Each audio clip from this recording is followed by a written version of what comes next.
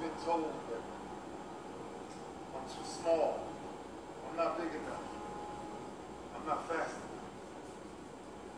I don't have what it takes to be the best and stay there. Sweat is necessary. Walter and Jerry had their heels, never being comfortable, but just being comfortable. It's right now, now! It's right now, now! I prepare so no one can take what is mine. No one can replace my mind, my heart.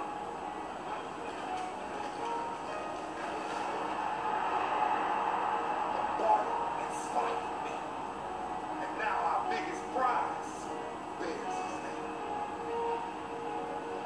I'm older, of course I'm older. That's the beauty of it. 16 years plus.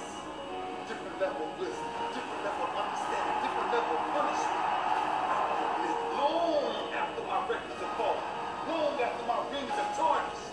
And whatever you got to do to make sure you chase your legacy every second of your life.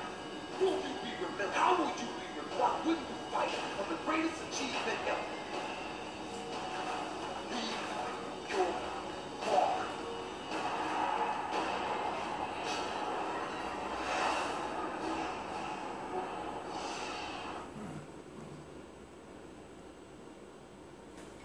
After that video there talking about the locus of control, we're going to now talk about the other part of the attribution theory. And it talks about outcomes. Outcomes refers to the final result of the task, success and failure. When a person succeeds, they can attribute it to either internal or external locus of control. What they attribute their success to can alter the emotions that they feel and exhibit.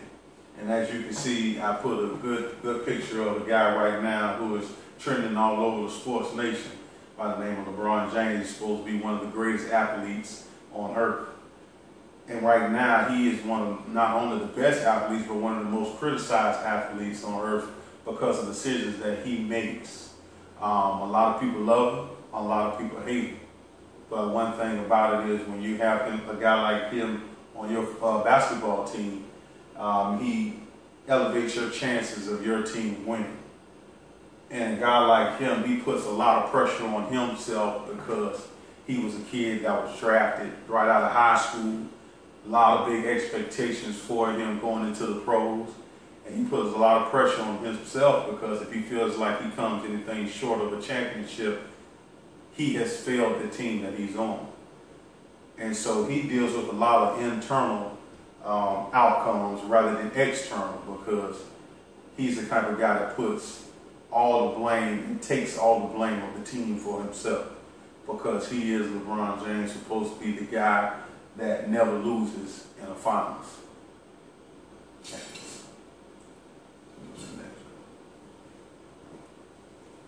Now I'm going to break down the areas a little bit of attribution. Like we talked about before, the locus of control. It's broken down into two factors, internal, external. Okay, let's talk a little bit about the internal. Okay, these are the outcomes. You either succeed or you can either fail. Successes, pride, confidence, competence, satisfaction. Those are some of the internal attribution breakdowns for you, okay, on the success ramp. Now, the failures of internal can be guilt, shame, incompetent, depression. Some of the things that you feel inside that no outside factors, have any say-so over. Those are your feelings or how you feel at that particular moment or about a situation. Then you go down to the external, successes, gratitude, thankfulness, love. Some of the outcomes of the failure, anger, surprise, astonishment. Those are the external factors that maybe affect you or you put blame on why you do some of the things that you do. Okay?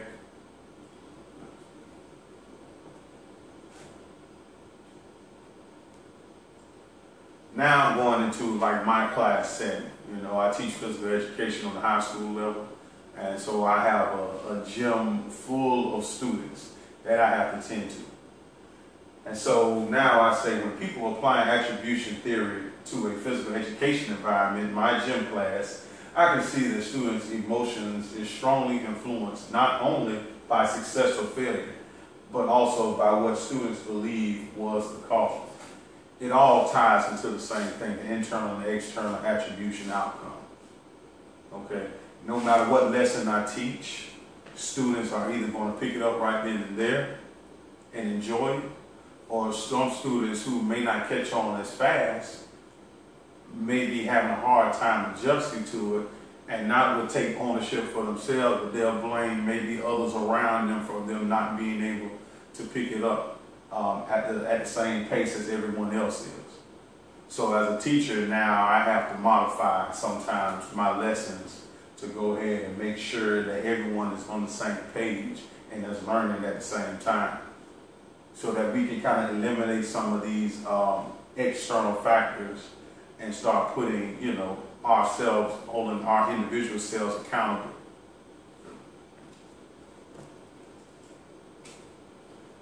Continuing on with physical education, straight where you can see importance is to ensure my students achieve their fitness goals. At the end of the school year, we do what we call a PACER test, and it tests the kids on different areas of fitness. And so some kids may score high on them, some kids may score low, depending on their fitness levels.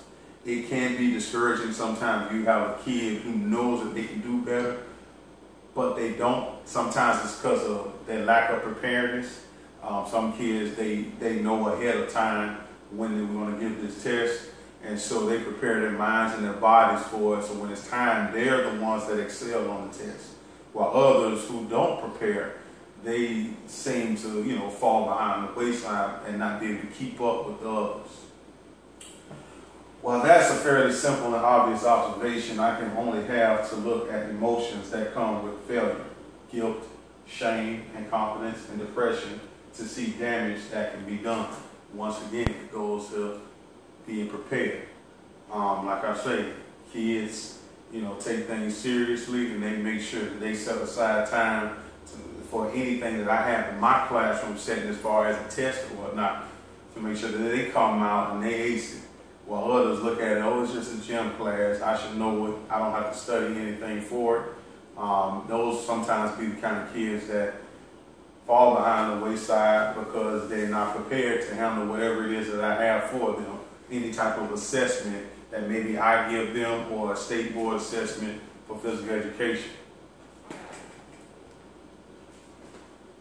If a student doesn't achieve their fitness goal, they tend to decide that an external factor, such as their teacher, is to blame. I don't know how sometimes, you blame the teacher for really preparing you ahead of time for anything that they have going on as far as the lesson is concerned. I've heard this several times. Oh, well, my teacher didn't, do this for me, or didn't do that for me. That's why I didn't do so good on this test. Then you have other students who perform high on any lesson or any test will say, well, we learned this in class, that's why I was able to, pass. So you have those external factors that causes kids to go ahead and put blame elsewhere instead of taking ownership for it. If a student succeeds, you can see pride, satisfaction, and improvements in confidence. That will help them drive to keep them exercising. Like I said, as a physical education teacher, I make sure that every day my kids are doing some sort of activity where they're constantly using their locomotor skills and they're running around my gym. Whether they're playing basketball, whether they're playing kickball, whether they're playing ultimate frisbee, any tag games, dodgeball or whatnot, they're constantly moving, they're constantly staying in shape. Those kids who may not dress out for that particular day have to sit on the sidelines, and they have to do what you call book work. So they're not getting the same physical training as the other kids who abide by rules and come in prepared and ready for class. Students tend to put these blames for successes towards outside sources, those externals, what I was teaching you, other than themselves. I know not just in PE, but in other classes that you may teach, you get these same, type of students who may not excel in something and they want to put blame on everything else instead of themselves for not preparing themselves for any lesson that you may teach. Now I'm going to go over some strategies to implement in the attribution theory. Internal attribution statement. Continually motivate and encourage your students using statements that link their training to internal factors and explain why they have achieved. For example, you're really pushing yourself today. I use that a lot in my physical education class because, like I say, we do a lot of different exercise routines and a lot of organized activities. So I try to keep each kid encouraged, and by encouraging kids, it tends to stimulate their mindset to want to do good, want to become the best, want to compete better against others. Another thing I can say when